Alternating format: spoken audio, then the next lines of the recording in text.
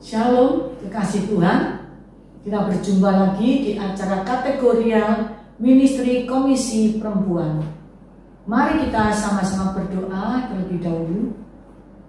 Bapa dalam surga, Bapa yang kami sembah dalam nama Tuhan Yesus Kristus. Hati kami melimpah dengan ucapan syukur dan terima kasih Tuhan. Buat hari yang indah, hari yang Kau berikan kepada kami. Kalau kami boleh ada sampai saat ini, semua hanya oleh karena kasih anugerah Tuhan dalam kehidupan kami. Tuhan Yesus, sebentar kami akan mendengarkan firman-Mu. Berbicaralah Tuhan, urapi kami semuanya, karena kami sungguh memerlukan firman-Mu. Firman yang berkuasa Tuhan untuk mendidik, mengajar, menegur, dan menasihati kami.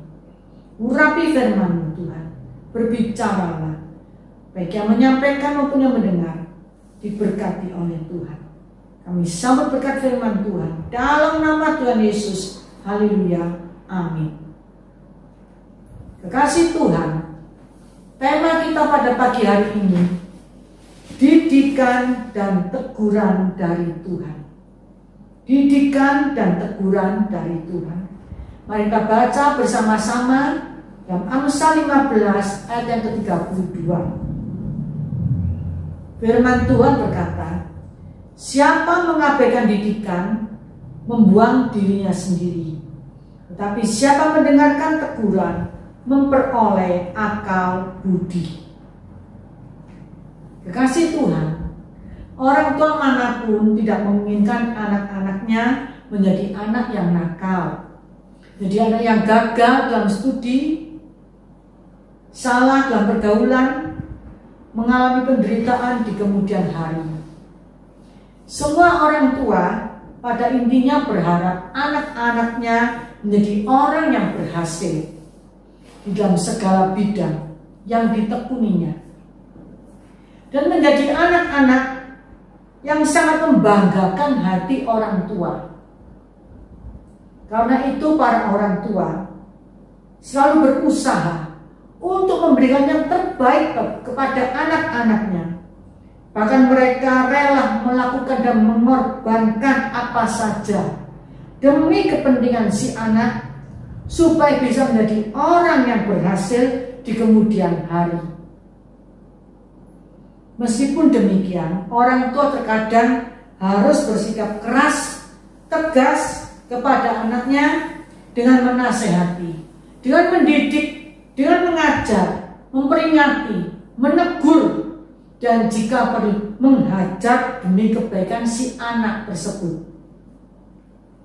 Kekasih Tuhan, begitu juga dengan Bapa kita yang di surga. Berlaku demikian juga terhadap anak-anaknya.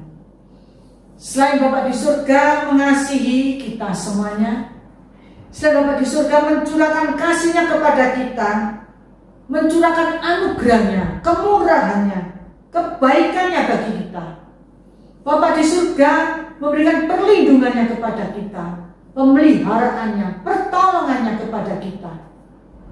Tapi Bapa di surga juga memberikan teguran, memberikan nasihat, didikan dan ajaran kepada anak-anaknya yang dikasihinya.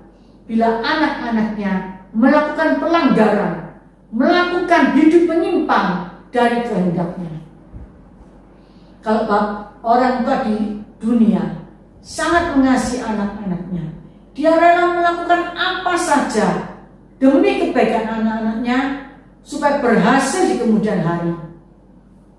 Begitu juga Bapa kita di surga, Dia mau kita sebagai anak-anaknya hidup berkenan, menyenangkan hati Tuhan.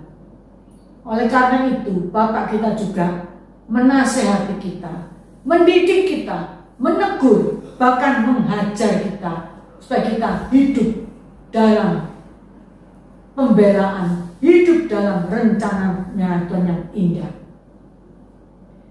Adapun tujuan teguran hajaran Tuhan adalah agar kita menjadi anak yang baik, tidak lagi mengulangi kesalahan-kesalahan, sehingga menjadi bertobat, dapat bertumbuh ke arah yang benar sesuai dengan kehendak Tuhan.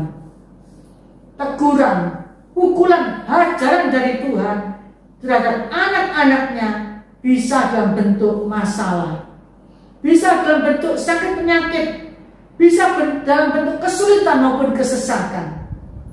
Tetapi banyak anak-anak Tuhan yang salah meresponi teguran atau ajaran dari Tuhan dengan sikap hati yang salah, menjadi sakit hati, marah, tersinggung, kecewa, menyalahkan keadaan, menyalahkan orang lain, bahkan berani menyalahkan Tuhan dengan bersungut-sungut protes kepada Tuhan, dan berakibat hidupnya semakin menderita, semakin gagal, dan semakin terpuruk. Di dalam Ayub 5 ayat 17 dan yang ke-14, firman Tuhan berkata, sesungguhnya berbahagialah manusia yang ditegur Allah, sebab itu janganlah engkau menolak didikan yang maha kuasa, karena dialah yang melukai, tetapi juga yang membebak. Dia yang memukuli, tetapi yang tangannya menyembuhkan pula. Kasih Tuhan, firman Tuhan berkata, berbahagialah kalau kita ditegur oleh Tuhan. Sebab itu janganlah menolak didikan daripada Tuhan, karena Dia yang melukai, Dia yang membebat, Dia yang menghajar, Dia yang menyembuhkan pula. Dalam Wahyu 3 yang ke-19, firman Tuhan berkata, barang siapa ku kasihi, ia ku tegur dan ku hajar. Sebab itu relakanlah hatimu dan bertobatlah. Kekasih Tuhan, Tuhan mengasihi kita. Tuhan mengasihi kita. Tuhan tidak mau kita binasa. Tuhan tidak mau kita salah jalan. Oleh karena itu Tuhan menegur kita, menghajar kita. Oleh karena itu relakanlah hati kita dan bertobatlah, berpalinglah, berbaliklah kepada Tuhan. Ketika Daud melakukan dosa besar di hadapan Tuhan, yaitu berzina dengan Bathsheba, Tuhan memakai Nabi Nathan untuk menegur dan memperingati Daud. Di dalam 2 Samuel 12 ayat ke-13, firman Tuhan berkata, lalu berkatalah Daud kepada Nathan, aku sudah berdosa kepada Tuhan. Dan Nathan berkata kepada Daud, Tuhan telah menjauhkan dosamu itu, engkau tidak akan mati. Waktu Daud berbuat dosa, Daud minta ampun kepada Tuhan, Daud bertobat kepada Tuhan dengan sungguh-sungguh, dan Tuhan mengampuni Daud. Kekasih Tuhan, bila kita mendapat teguran dan hajaran dari Tuhan, janganlah menjadi kecewa, janganlah menjadi marah, berontak, protes kepada Tuhan, tetapi bersyukurlah kepada Tuhan, karena itu berarti Tuhan mengasihi kita, berarti Tuhan memperdulikan kita, Tuhan memperlakukan kita sebagai anak-anaknya, karena tidak ada anak yang tidak pernah dihajar oleh ayahnya. Bersyukurlah kepada Tuhan saat kita ditegur oleh Tuhan. Bersyukurlah kepada Tuhan saat Tuhan ingatkan kita. Jangan bersungut-sungut, jangan berontak, jangan protes, tapi datang kepada Tuhan. Kita teladani Daud, dia datang kepada Tuhan, dia minta ampun kepada Tuhan, dan dia bertobat. Dalam Ibrani 12 ayat yang ke-7, firman Tuhan berkata, jika kamu harus menanggung ganjaran, Allah memperlakukan kamu seperti anak. Di manakah terdapat anak yang tidak dihajar oleh ayahnya?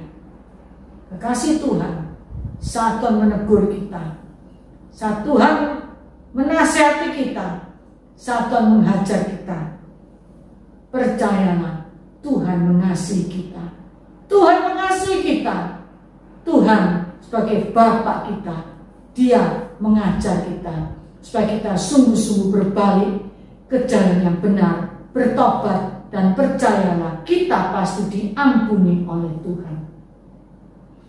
Di dalam Amsal 3 ayat yang 11 dan 12, firman Tuhan berkata, hai anakku, janganlah engkau menolak didikan Tuhan, Dan janganlah engkau bosan akan peringatannya, karena Tuhan memberi ajaran kepada yang dikasihinya, seperti seorang ayah kepada anak yang disayangi.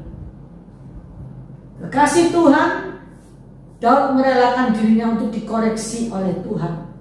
Daud merelakan dirinya untuk ditegur oleh Tuhan, seperti ranting yang harus mengalami proses pemangkasan supaya dapat berbuah lebat. Berbeda sekali dengan Saul. Sekalipun melakukan banyak kesalahan, tidak mau mengakui kesalahannya dan bertobat, Saul tidak mau ditegur. Saul tidak mau bertobat. Saul sombong, sehingga Saul mencari alasan, berdalih untuk membenarkan dirinya sendiri. Itulah sebabnya Saul disingkirkan oleh Allah, dan Allah mengangkat Daud untuk menggantikan Saul sebagai raja. Kekasih Tuhan, kerelaan untuk ditegur, untuk dididik, dinasehati oleh firman Tuhan adalah awal menuju hidup yang berkenan kepada Tuhan. Ditegur oleh Tuhan, dididik, dinasehati oleh firman-firman Tuhan adalah awal menuju hidup yang berkenan kepada Tuhan. Orang yang berbuat dosa atau kesalahan tidak mau ditegur, tidak mau dihajar, tidak mau dinasehati, karena keras hati dan sombong akan direndahkan oleh Tuhan. Tetapi orang yang mau ditegur, yang mau dinasehati, yang mau dididik, pasti ada perubahan, ada pemulihan, dan diberkati oleh Tuhan. Di dalam Amsal 1 ayat yang 23, firman Tuhan berkata, "Berpalinglah kamu kepada teguranku, sesungguhnya aku hendak mencurahkan isi hatiku kepadamu dan memberitahukan perkataanku kepadamu." Kekasih Tuhan, agar ditegur oleh Tuhan, dinasehati lewat kebenaran firman Tuhan, berpalinglah kita kepada Tuhan. Datanglah kepada Tuhan, minta ampun kepada Tuhan, curahkanlah isi hati kita kepada Tuhan, dan pasti Tuhan akan mengampuni kita, akan menolong kita. Dalam Amsal 6 ayat yang ke-23, firman Tuhan berkata, "Karena perintah itu pelita dan ajaran itu cahaya, dan teguran yang mendidik itu jalan kehidupan." Kekasih Tuhan, pelita itu ajaran, dan teguran yang mendidik itu adalah jalan kehidupan. Dalam Amsal 29 yang pertama, firman Tuhan berkata, "Siapa bersih tegang leher, walaupun telah mendapat teguran, akan sekonyong-konyong diremukkan tanpa dapat dipulihkan lagi." Kekasih Tuhan, janganlah kita bersih tegang leher waktu kita ditegur oleh Tuhan. Janganlah kita sombong seperti Raja Saul waktu ditegur oleh Tuhan. Tetapi marilah kita meneladani Daud waktu mengalami dosa, waktu jatuh dalam dosa, dia sadar, ditegur oleh Tuhan, bertobat, maka Tuhan mengampuni. Kekasih Tuhan, teguran keras itu memang sakit bagi orang yang tegar tengkuk, tetapi sangat berfaedah dan beruntung bagi orang yang rendah hati. Marilah pada waktu Tuhan menegur kita, kita datang kepada Tuhan, minta ampun, merendahkan diri, maka Tuhan akan mengampuni, memulihkan, memberkati. Oleh karena itu, jangan keraskan hati kita. Jangan keraskan hati kita saat kita ditegur oleh Tuhan, saat kita dinasehati oleh Tuhan. Percayalah, Tuhan cinta kepada kita, Tuhan sayang kepada kita, Tuhan tidak mau kita binasa. Oleh karena itu Tuhan menegur, menasihati kita. Jangan keraskan hati kita, jangan tegar tengkuk, jangan sombong, tapi marilah kita datang merendahkan diri kepada Tuhan, minta ampun kepada Tuhan, maka belas kasihan Tuhan turun atas kita, pengampunan Tuhan turun atas kita, Dan pasti Tuhan akan memulihkan kehidupan kita di dalam jalan-jalan yang benar. Amin. Mari kita sama-sama berdoa. Bapa dalam surga, kami mengucap syukur kepada Tuhan. Tuhan sayang kepada kita semuanya. Tuhan, kalau kami semuanya berbuat dosa, kami berbuat dosa, melanggar perintah-perintah Tuhan, kami tidak taat, tidak setia, tidak hormat kepada Tuhan. Ampuni kami Tuhan, ampuni kami. Tuhan, saat kami ditegur, saat kami diajar oleh Tuhan, saat kami dinasehati oleh Tuhan, ajar kami Tuhan, rendah hati, merendahkan hati kami, datang kepada Tuhan, minta ampun kepada Tuhan, berbalik kepada Tuhan, bertobat sungguh-sungguh. Dan kami percaya, biarlah belas kasihan Tuhan turun atas kami, dan Tuhan pasti menolong kami. Kami bersyukur Tuhan, Tuhan mengasihi kami sebagai anak-anak Tuhan. Kami bersyukur Tuhan buat ajaran Tuhan, buat didikan Tuhan, buat teguran-teguran Tuhan, buat nasihat-nasihat Tuhan. Kami bersyukur Tuhan. Terima kasih Tuhan, terima kasih. Di dalam nama Tuhan Yesus kami mengucap syukur, kami berdoa. Haleluya, amin. Terima kasih Tuhan. Tuhan Yesus memberkati kita semuanya. Amin.